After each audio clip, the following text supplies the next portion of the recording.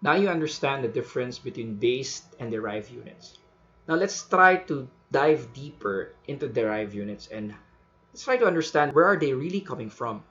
Now, in order for us to understand this, we need to step back a little bit and try to have a closer look into their equations or formulas. Let's say, for example, Joule. There's a lot of equations that we could use to represent energy, but let's go with the basics, okay? Let's have gravitational potential energy. We know that any type of energy that we use is actually equal to joule, right? The unit of energy is joule.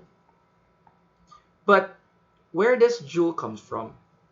Okay, as I mentioned earlier, in order for us to understand where does joule come from, we need to understand their equation. GPE, or gravitational potential energy, is actually solved using mass multiplied by its gravitational acceleration multiplied by the height.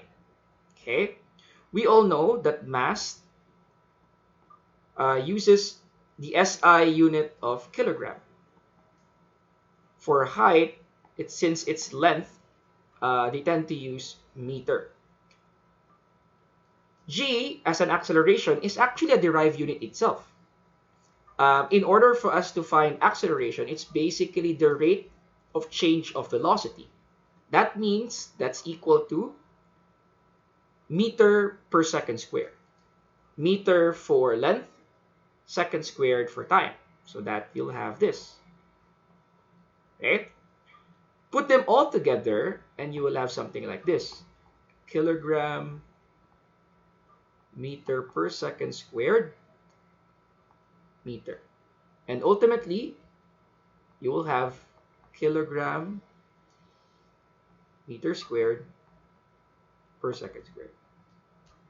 This means that joule, the derived unit, if you want to convert it into SI base units, you will have kilogram meter squared per second squared.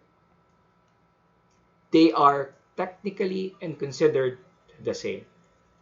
Now, let's try now watts. Okay, let's try now watts. Power is equal to energy over time. Energy over time. Now, we don't need to go back very far away as we already derived the SI base unit of joule, which is this one, right? So, we simply use that. Kilogram meter squared per second squared all over seconds. Ultimately, you will have kilogram meter squared per cubic seconds.